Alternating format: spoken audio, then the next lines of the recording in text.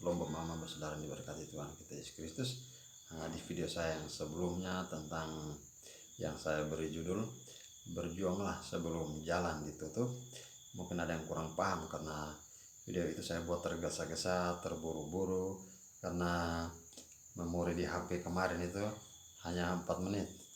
Karena hanya 4 menit saya terburu-buru supaya apa yang mau saya sampaikan itu semua tersampaikan, sehingga saya terburu-buru, mungkin ada yang kurang paham. Oleh karena itu saya kembali ingin menjelaskannya saat ini, dan mudah-mudahan Roh Kudus membuat saya, memampukan saya menjelaskan lebih baik, dan Bapak saudara juga dimampukan untuk mengerti apa yang Tuhan Yesus inginkan. Bapak saudara diberkati Tuhan.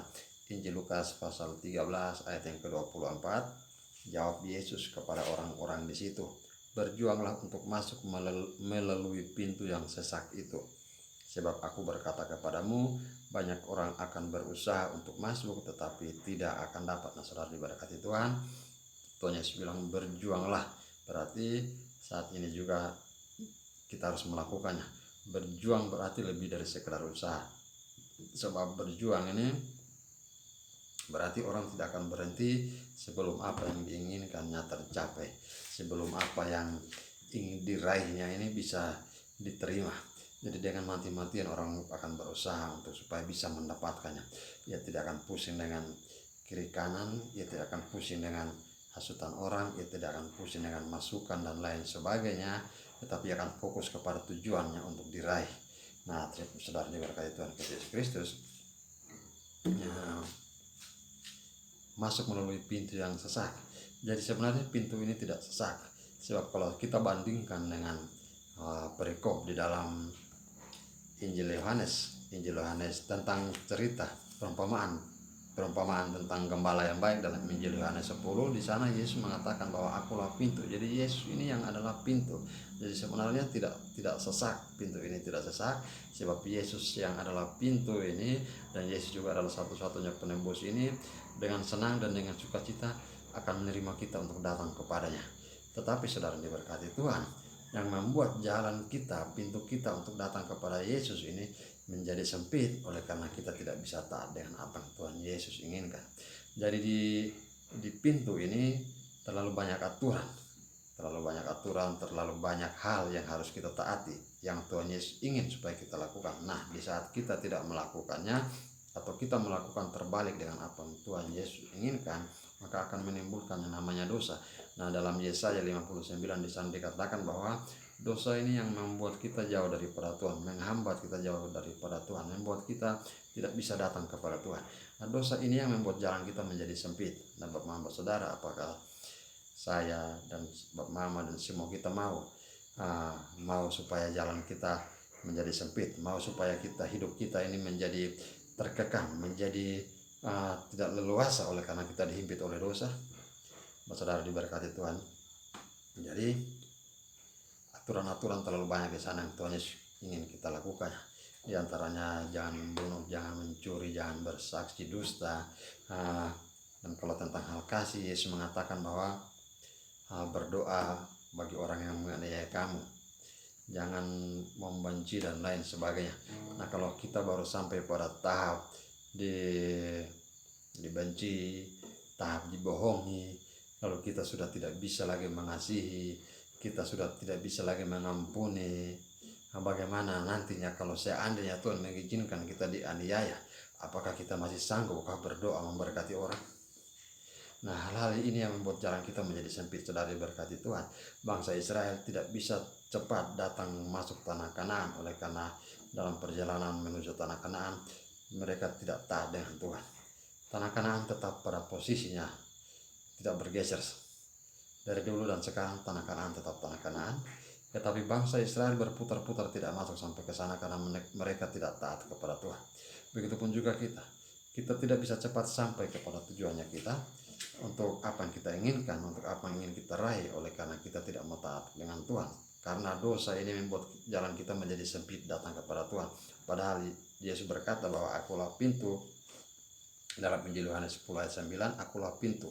Barang siapa masuk melalui aku, ia akan selamat dan ia akan masuk dan keluar dan menemukan padang rumput. Jadi kalau kita datang dan masuk melalui Yesus, kita akan terus dan menemukan padang rumput. Saudara, padang rumput ini berbicara, cerita ini tentang domba. Domba menemukan padang rumput itu sesuatu hal yang menggembirakan, karena domba punya makanan itu rumput.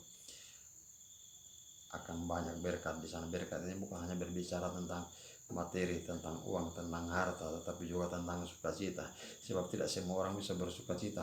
Nah, kalau saya dan saudara bisa bersukacita, ini merupakan berkat yang diberikan Tuhan kepada kita, sehingga kita sanggup untuk bersukacita sekalipun dalam hal-hal, dalam keadaan yang tidak menyenangkan, dalam tekanan emosi yang tidak menyenangkan, nah dalam situasi pekerjaan yang sulit, kita tetap bisa bersukacita karena Yesus mengaruniakannya kepada kita. Jadi saudara diberkati Tuhan, kalau Yesus mengatakan berjuang, berarti kita benar-benar harus dengan tekad yang kokoh. Kita benar-benar harus dengan niat untuk sanggup mengalahkan keegoisan kita, sanggup mengalahkan keinginan daging kita, sanggup mengalahkan tipu daya iblis, sehingga kita sanggup datang kepada Tuhan. Amsal 3 pasal yang ke-6 di sana dikatakan bahwa Amsal 3 pasal yang ke-6 di sana dikatakan bahwa akuilah dia dalam segala lakumu dan ia akan meluruskan jalanmu. Jadi dalam setiap tindakan, perilaku, perbuatan kita mau mengakuinya juga kepada Tuhan, dan kita mau mengaku kepada Tuhan kalau kita sudah salah. Kita mau cerita, pokoknya curhat dengan Tuhan tentang apa yang terjadi dalam hidup kita, tentang kebencian kita kepada orang lain, tentang kemarahan kita kepada orang lain, tentang sukacita oleh karena berkat yang kita dapat, tentang apa saja. Dan Tuhan akan meluruskan jalan kita. Akhirnya bahwa Tuhan akan memampukan kita untuk supaya kita sanggup melakukan yang terbaik seturut apa yang Tuhan inginkan. Nah, saudara diberkati Tuhan kita Yesus Kristus, tetaplah berjuang, jangan berhenti sampai di sini perjuangan kita.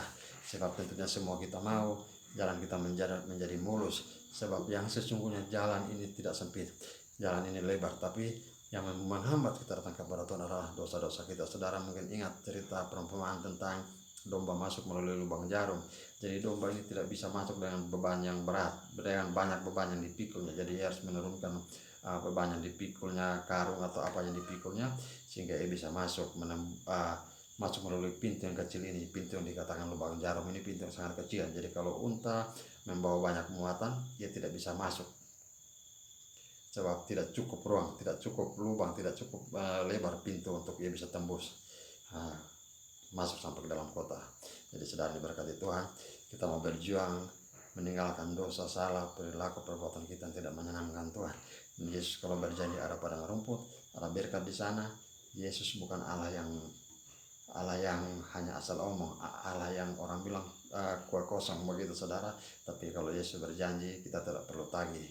Tapi Yesus tidak perlu kita tagih pun, Yesus akan menepatinya saudara.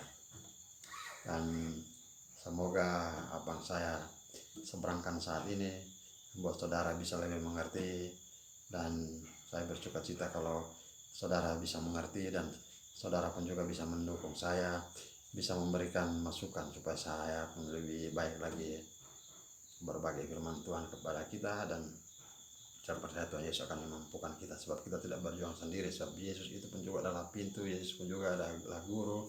Sebagai guru ia akan terus mengajar kita untuk kita tahu apa yang diinginkannya. Dan lebih luar biasa lagi, Yesus ini salah satu-satunya guru agung, dan Yesus juga ini satu-satunya penebus. Jadi kalau Yesus sudah menebus kita saudara, sudah mati buat kita, berarti Yesus pun tidak ingin kita celaka. Karena kalau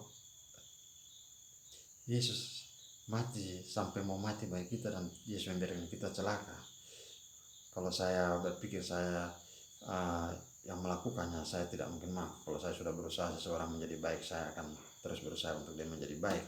Tapi pun kita harus berjuang saudara, agar segala sesuatu menjadi baik seperti apa yang Tuhan Yesus inginkan. Dan saya percaya apa yang terbaik Tuhan Yesus siapkan bagi setiap kita. Salam.